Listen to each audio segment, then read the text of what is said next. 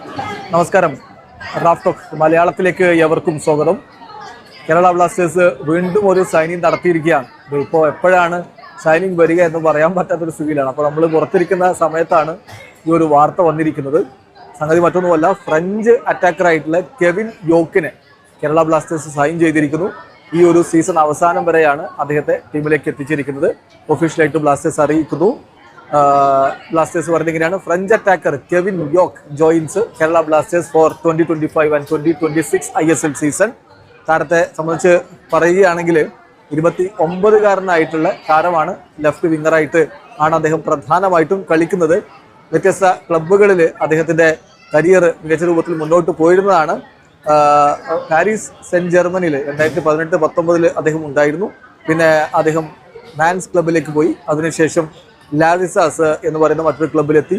അങ്ങനെ പല ക്ലബ്ബുകൾ കടന്ന് അദ്ദേഹം ഏറ്റവും ഒടുവിൽ PAE ചാനിയ എന്ന ക്ലബിലാണ് 2025-26 സീസണിൽ ഉണ്ടായിരുന്നത്. അവിടെ നിന്നാണ് ഇപ്പോൾ കേരള ബ്ലാസ്റ്റേഴ്സിലേക്ക് എത്തിയിരിക്കുന്നത് എന്നാണ് മനസ്സിലാക്കാൻ കഴിയുന്നത്. ഏതായാലും കേരള ബ്ലാസ്റ്റേഴ്സിനെ സംബന്ധിച്ചിടത്തോളം നിലവിലുണ്ടായിരുന്ന മിക്ക എന്നല്ല എല്ലാ വിദേശ താരങ്ങളെയും ഒഴിവാക്കി ഇപ്പോൾ പുതിയ കുറച്ച് താരങ്ങളെ ഈ സീസണിലേക്ക് വേണ്ടി ഒരു ഷോർട്ട് ടേം അഡ്ജസ്റ്റ്മെന്റ് എന്ന രൂപത്തിൽ എത്തിച്ചുകൊണ്ടിരിക്കുകയാണ്.